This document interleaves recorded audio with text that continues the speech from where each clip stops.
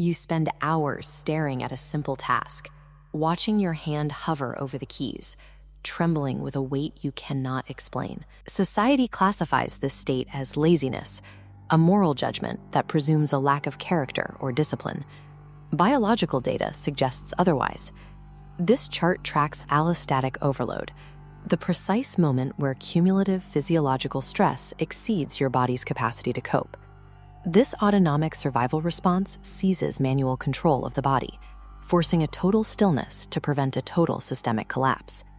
Scientists describe this as Dorsal Vagal Shutdown, an ancient survival protocol that terminates energy expenditure to protect the organism's core functions from total exhaustion. Consider the prefrontal cortex. Under prolonged stress, this high-energy network consumes resources faster than the body can replenish them. The result is structural dendritic atrophy. The neural branches physically thin and retract, mechanically dismantling the pathways required for executive function. Your brain restricts movement because the internal environment can no longer support the cost of action. Productivity culture attempts to override this biological limit by introducing tools of force, rigid time blocking, and forced discipline. Forcing a nervous system already in shutdown deepens the trauma loop.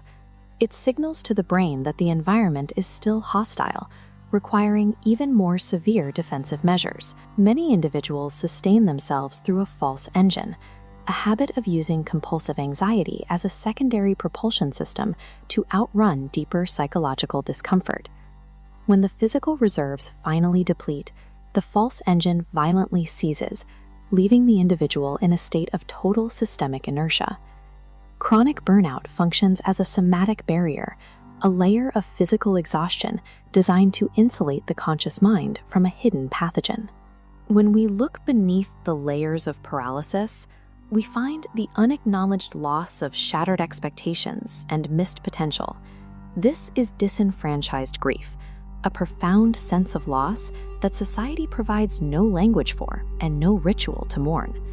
Neurologically, your pain networks categorize the loss of an expected identity with the same severity as a physical death. In the absence of a conscious mourning process, this grief moves into the body, stored directly within the somatic tissues.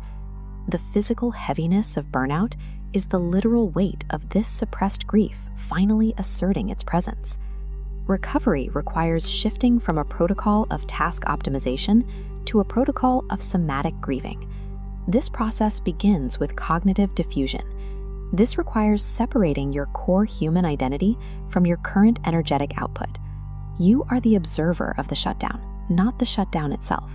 Healing only becomes possible when you allow the freeze to complete its biological cycle without the interference of judgment. The Stoic philosopher Marcus Aurelius argued that fighting a collapsed biological system is irrational. He practiced Amor Fati, loving the necessity of the current collapse as the only force capable of dismantling an unviable way of living. Stop fighting the freeze. This stillness is the biological architecture of mourning.